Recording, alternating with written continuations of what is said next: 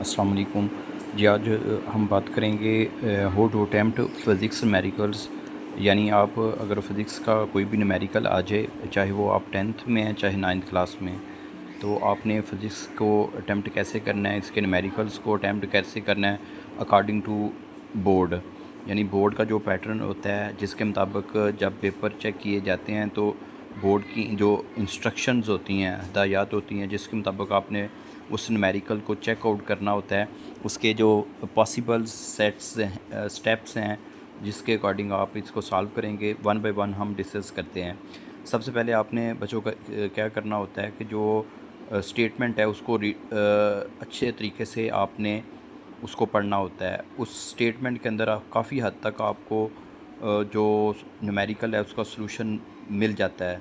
अगर आप ध्यान से एक दो दफ़ा स्टेटमेंट्स को रीड डाउन करते हैं तो वहाँ से न्यूमेरिकल आपको इजीली जज हो जाएगा। आप इजीली वहाँ से गैस कर सकते हैं कि न्यूमेरिकल कैसे सॉल्व करना है। तो सबसे पहले आपका होता है जी गिवन डाटा। आपके पास जो गिवन डाटा होता है वो जो क्वेश्चंस होता है जो आपकी प्रॉब्लम्स के अंदर है, वो आपको क्वेश्चन दिया जाता है। आप क्वेश्चन को रीड करें अच्छे से। रीड करने के बाद उसका जो गिवन डाटा होगा उसको पढ़ते जाएं, साथ साथ उसका डाटा लिखते जाएं। ये बोर्ड के अंदर 1 नंबर का इसका मार्क्स होते हैं। 1 मार्क्स होता है गिवन डाटा का।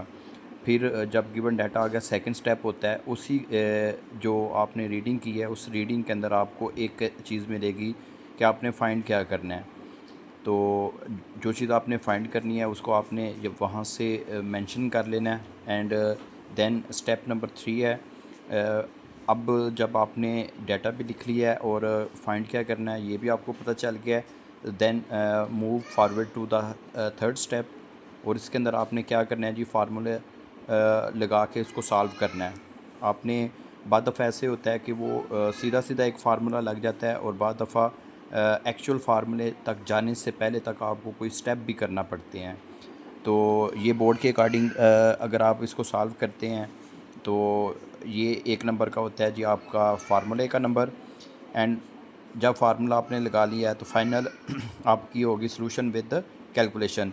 यानी बाद दफ़ा बच्चे ऐसे करते हैं कि उन्होंने कैलकुलेशन कर दी है कैलकुलेटर को यूज़ करके, लेकिन अकॉर्डिंग टू बोर्ड आपने स्टेप वाइज कैलकुलेशन करनी होती है। अगर आपने स्टेप वाइज कैलकुलेशन नहीं की तो आपके जो 2 मार्क्स हैं उसमें से 1 मार्क्स दिया जाएगा, 2 नहीं दिए जाएंगे। क्योंकि इसकी रीज़न्स हैं कि बाद बच्चे क्या करते हैं कि फार्मूला लिख लिया, उसके अंदर डाटा पुट किया और कैलकुलेटर इस्तेमाल करके डायरेक्ट आंसर लिख दिया है। आपने ऐसा नहीं करना, बल्कि सॉल्यूशन और कैलकुलेशन दोनों करनी है इसकी अच्छे तरीके से। स्टेप 5 इसके 2 मार्क्स होते हैं जी बोर्ड के पेपर के अंदर। एंड लास्ट स्टेप होगा जी स्टेप नंबर 5, आपने आंसर विद करेक्ट यूनिट। यानी आपने जो आंसर लिखा है उसके साथ आपने यूनिट भी लिखना होता है। यूनिट लिखने के 0.5 मार्क्स होते हैं। अगर आपका यूनिट गलत है तो 0.5 मार्क्स आपके कट जाएंगे।